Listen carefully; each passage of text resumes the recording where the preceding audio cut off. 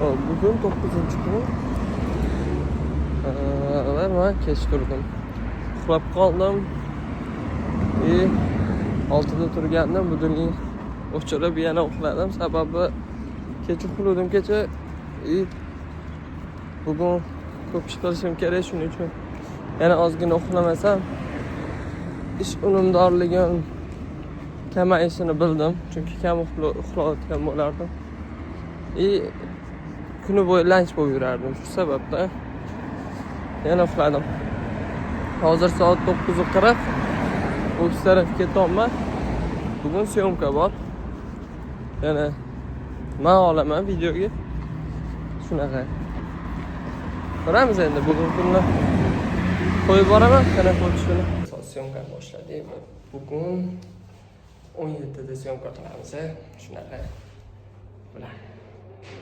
Shunaqa.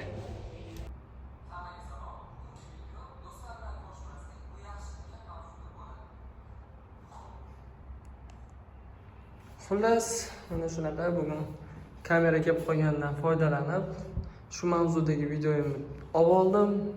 Setlar ham bor edi, mana bu yerda hamma joy tayyor qilib syomka qildim. Shunaqa. Endi xudo xolasa ertaga montajini qilib turib qo'yib yuboraman. Bugun kunim shunaqa o'tyapti. Bugun ham rejalashtirmagandim kunimni, to'g'risi ertalab yana kech turdim. Sababi endi uyqu yaxshi bo'lmasa, mana shunaqa syomkalarni bugun qila olmasdim. Shuni bilgan holatda, tushungan holatda yana ozgina uxlab oldim va bugun tetikroq video olaman. Soat 8:48 o'tibdi va men uyga qarab yo'l oldim. O'zi bugunning o'zida men 3ta video olibman. Lekin 4ta mavzuni oldim. 4ta mavzudagi temani 3ta videoda olib bordim. Bittasining ichiga 2ta mavzuni tiqib oldim. Xullas shunaqa, endi uyga qarab yo'l olamiz. Necha minutda borishim o'zim ham bilmayman. Ko'ramiz. Ertaroq boraman. Lekin havo zo'r bo'lyapti. Shuni bilaman. Sayr qilishli havo bo'lyapti lekin. Xullas hozir sinfdoshlarim chaqirishdi. Endi o'zi uxlashim kerak edi. Sinfdoshlar anchadan beri ko'rishmadik. Men o'zim ko'rishmagan ular bilan va shu sababdan hozir ko'rishyapman, boryapman hozir yonlariga. To'g'risi qanaqadir o'sha davrlarni ham sog'indim. Bolalar bilan ko'rishmadim anchadan beri, o'shanga hozir borib biroz suhbatlashib, sekin qaytaman keyin. Mayli, sal nima deydi? Kech uxlasam ham, ertaga shanba. Palibon menimcha erta turaman.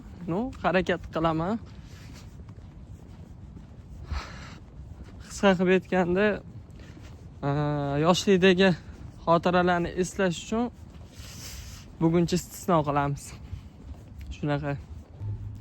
Soat 23:55 va men hozirgina o'g'aylarim bilan sinfdoshlar bilan xayrlashdim. Ro'parasi 2 soat pashta aylanamiz.